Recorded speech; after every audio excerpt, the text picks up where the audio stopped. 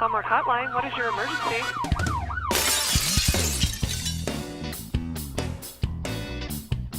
How many radians is 30 degrees?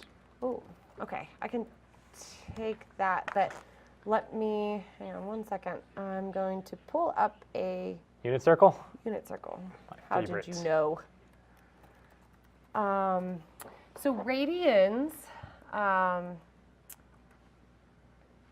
on one second. I need some images here. Otherwise, this is not going to make any sense. Yeah, you really have to have that, like that That unit circle up. Yep. Otherwise, it's really going to be really confusing. Okay. There we go. Not really. That's it's not working. Okay. If only we were in your classroom, we'd probably have like 30 of them hanging all over the place. I do, actually.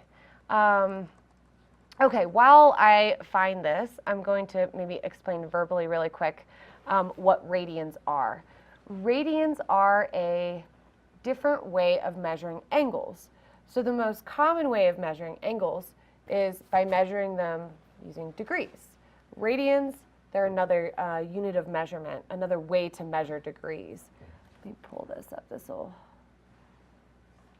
Okay, let's try this one. See if this works here. And a radian, there we go, I got my unit circle. So a radian is a measure of distance, unlike a degree. So if I were measuring an angle, say I had an angle here, and if I were measuring with degrees, I would be, you've probably used a protractor. You're measuring really this portion of the angle right here, that little spot there.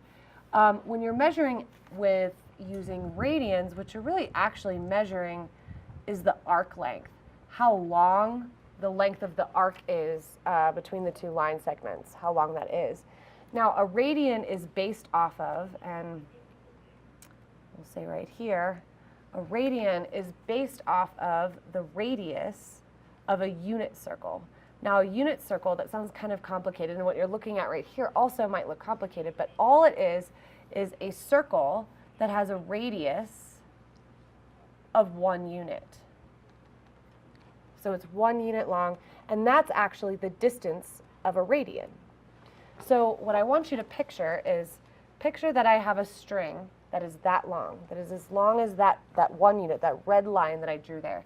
So picture you have a string that is right there, and if you were to lay it on top of the arc of this circle, so that's about, I'm just estimating right here, that's about the same length as that red right there.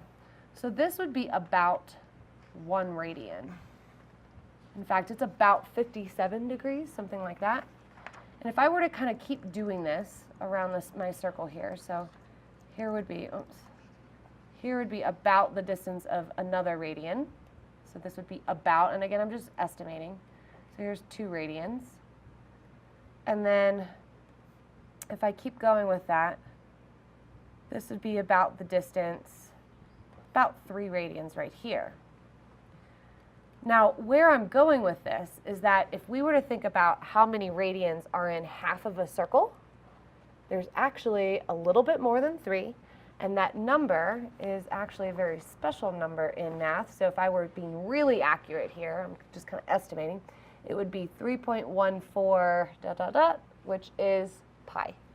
So there would be exactly pi radians in 180 degrees. If I were to go the whole way around the circle, I'd have 2 pi radians, because I'd have pi times 2.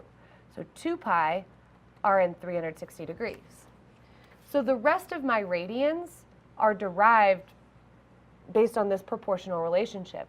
For example, if I were to think about 90 degrees, all right, so 180 degrees is pi, 90 degrees is half of 180, so 90 degrees would be pi halves, or pi divided by 2. And the rest of mine are derived this way. Oops, not 3, 2. So let's say I wanted to know 30 degrees. if I know how 30 degrees is related to 180 degrees, like what fraction it is, so 30 out of 180 degrees, I would know how many radians, I'm going to say x, there are in the whole thing, or in our pi, in half of our circle, not the whole thing. So it's a proportional relationship. I can set up a proportion, just like I just did there, since 180 degrees and pi radians are the same. And I want to know how many radians are 30 degrees out of 180. And so it's just kind of a simple relationship or a simple problem to solve. We're going to cross multiply. We have 30 times pi is going to be equal to 180 times x. We're going to divide by 180.